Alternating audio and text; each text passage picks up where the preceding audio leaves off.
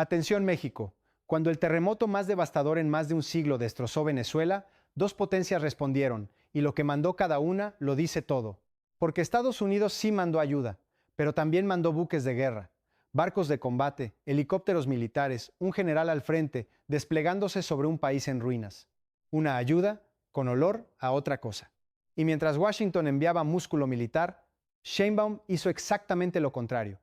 No mandó cañones, mandó manos, rescatistas, médicos, perros entrenados para encontrar vida bajo los escombros. Mandó corazón. ¿Por qué dos vecinos respondieron de forma tan distinta? ¿Y qué revela eso sobre quién manda de verdad en América Latina? Te lo voy a contar paso a paso. Quédate hasta el final porque la última pieza de esta historia te va a llenar de orgullo. Vamos a poner las cosas claras, porque aquí hay dos formas de entender el poder, y tienes que ver con claridad cuál es cuál. De un lado está la potencia que durante décadas ha visto a América Latina como su patio trasero. Estados Unidos, que lleva años presionando, sancionando y asfixiando a Venezuela, de repente aparece tras la tragedia con un paquete de ayuda acompañado de buques de combate, del Comando Sur y de un general llegando a Caracas. La pregunta que muchos se hacen es inevitable. Cuando mandas barcos de guerra a un país en escombros, ¿estás ayudando o estás aprovechando la debilidad para poner un pie dentro? Del otro lado está México. Y con México, una forma completamente distinta de tender la mano. Sheinbaum no llegó con condiciones, no llegó con cálculos geopolíticos, no llegó con flotas militares. Llegó con lo único que de verdad importa cuando hay gente atrapada bajo toneladas de concreto: rescatistas, médicos y perros buscadores. Y aquí viene lo más fuerte, escúchame bien. Porque esa diferencia no es un detalle, es una declaración. Es la diferencia entre quien ayuda para controlar y quien ayuda porque es lo correcto. Es la diferencia entre el imperio que nunca deja de calcular y la nación que entiende que la solidaridad entre pueblos no se cobra. Y el mundo entero lo está viendo. Y en los próximos minutos te voy a revelar cosas que cambian por completo esta historia. Pero aquí viene lo más fuerte. Primero, te voy a contar exactamente qué mandó México a Venezuela y por qué este gesto, lejos de ser pequeño, posicionó a Sheinbaum como una líder moral en todo el continente. Segundo, te voy a hablar de los topos. Un grupo de héroes mexicanos cuya historia te va a poner la piel de gallina y que explica por qué, cuando hay una tragedia en el mundo, México siempre está entre los primeros en llegar. Tercero, te voy a mostrar el contraste brutal entre la respuesta de México y la jugada de Washington, y por qué a Trump esto le incomoda más de lo que parece. Y cuarto, lo que casi nadie está diciendo, lo que esta tragedia reveló sobre el nuevo papel de México en América Latina y por qué esto marca un antes y un después. Así que no te despegues de la pantalla, quédate hasta el final, porque la última pieza de este rompecabezas lo cambia todo. Vamos a los hechos, porque hay que entender la magnitud de lo que pasó. El 24 de junio, a las 6 de la tarde, la tierra rugió en Venezuela, un terremoto de magnitud 7.2, y casi un minuto después, otro de 7.5. El más potente que ha sacudido a ese país desde el año 1900, más de un siglo. Edificios enteros convertidos en polvo. El estado de La Guaira, declarado zona de desastre. Cientos de muertos. Miles de heridos. Y bajo los escombros, familias enteras esperando un milagro, esperando que alguien llegara a sacarlas. Y en ese momento de desesperación, el reloj corría en contra. Porque cuando hay personas atrapadas bajo el concreto, cada hora cuenta.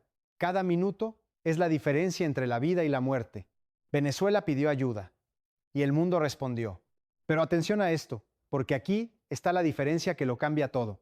La presidenta interina de Venezuela contactó a México casi de inmediato. ¿Y qué hizo Sheinbaum? No lo pensó dos veces. Ese mismo día anunció el envío de una brigada. Y no cualquier brigada. Escucha bien las cifras. 250 rescatistas de la Defensa Nacional, 5 perros entrenados para buscar sobrevivientes, 4 aeronaves, un dron de búsqueda, equipo especializado y material médico. Todo en cuestión de horas.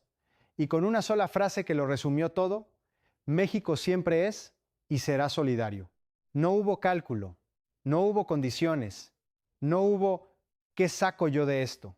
Hubo solidaridad pura, la de un pueblo que sabe lo que es el dolor de un terremoto porque lo ha vivido en carne propia.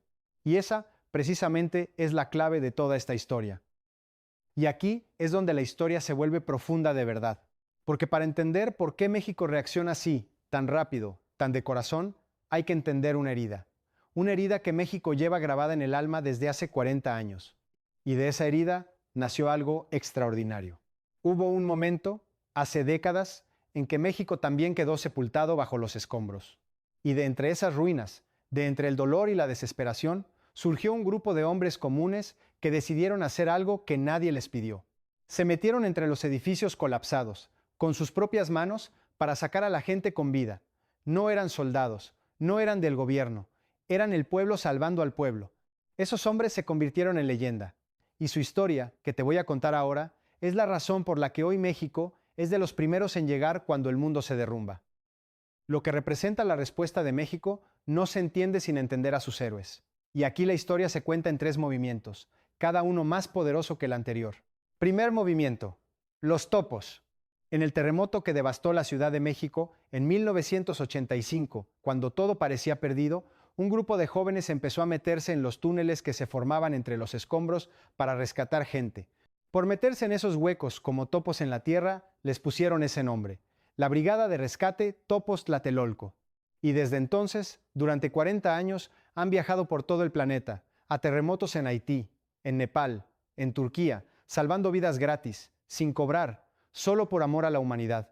Y hoy, esos mismos topos se reunieron con la presidenta en Palacio Nacional y partieron rumbo a Venezuela. Léelo otra vez: la leyenda viviente del rescate mexicano, otra vez en acción. Segundo movimiento, y aquí es donde todo escala. Sheinbaum entendió algo que la convierte en líder. No mandó a los topos y al ejército solo por compasión. Lo hizo como una declaración de principios sobre qué tipo de país es México y qué tipo de líder es ella. Mientras se mantiene firme defendiendo la soberanía de México ante las presiones de Washington, al mismo tiempo le tiende la mano a un pueblo hermano sin pedir nada a cambio. Esa es la diferencia entre una potencia que impone y una nación que acompaña. Y dejó la puerta abierta. Dijo que enviaría todo el personal adicional que hiciera falta para ayudar siempre a los pueblos que lo necesiten. Tercer movimiento, y este es el golpe maestro, el que la posiciona en el mapa geopolítico. Porque mientras Estados Unidos convertía la tragedia en una operación militar, con buques de combate y generales, México mostró otra forma de liderazgo, la del ejemplo moral. No necesitó cañones para hacerse respetar. Le bastó con rescatistas y perros buscadores para demostrarle a toda América Latina quién acompaña de verdad. No fue una reacción improvisada. Fue una declaración de qué significa ser una potencia con dignidad. Y el continente entero tomó nota. 3 movimientos: los topos, la solidaridad sin condiciones y el liderazgo moral. No fue casualidad. Fue México mostrando de qué está hecho. Lo que representa la respuesta de México no se entiende sin entender a sus héroes. Y aquí la historia se cuenta en 3 movimientos, cada uno más poderoso que el anterior. Primer movimiento: los topos. En el terremoto que devastó la Ciudad de México en 1985, cuando todo parecía perdido, un grupo de jóvenes empezó a meterse en los túneles que se formaban entre los escombros para rescatar gente. Por meterse en esos huecos, como topos en la tierra, les pusieron ese nombre: la Brigada de Rescate Topos Tlatelolco. Y desde entonces, durante 40 años, han viajado por todo el planeta, a terremotos en Haití, en Nepal, en Turquía, salvando vidas gratis, sin cobrar, solo por amor a la humanidad. Y hoy, esos mismos topos se reunieron con la presidenta en Palacio Nacional y partieron rumbo a Venezuela. Léelo otra vez: la leyenda viviente del rescate mexicano, otra vez en acción. Segundo movimiento, y aquí es donde todo escala. Sheinbaum entendió algo que la convierte en líder. No mandó a los topos y al ejército solo por compasión. Lo hizo como una declaración de principios sobre qué tipo de país es México y qué tipo de líder es ella. Mientras se mantiene firme defendiendo la soberanía de México ante las presiones de Washington, al mismo tiempo le tiende la mano a un pueblo hermano sin pedir nada a cambio. Esa es la diferencia entre una potencia que impone y una nación que acompaña. Y dejó la puerta abierta. Dijo que enviaría todo el personal adicional que hiciera falta para ayudar siempre a los pueblos que lo necesiten. Tercer movimiento. Y este es el golpe maestro, el que la posiciona en el mapa geopolítico.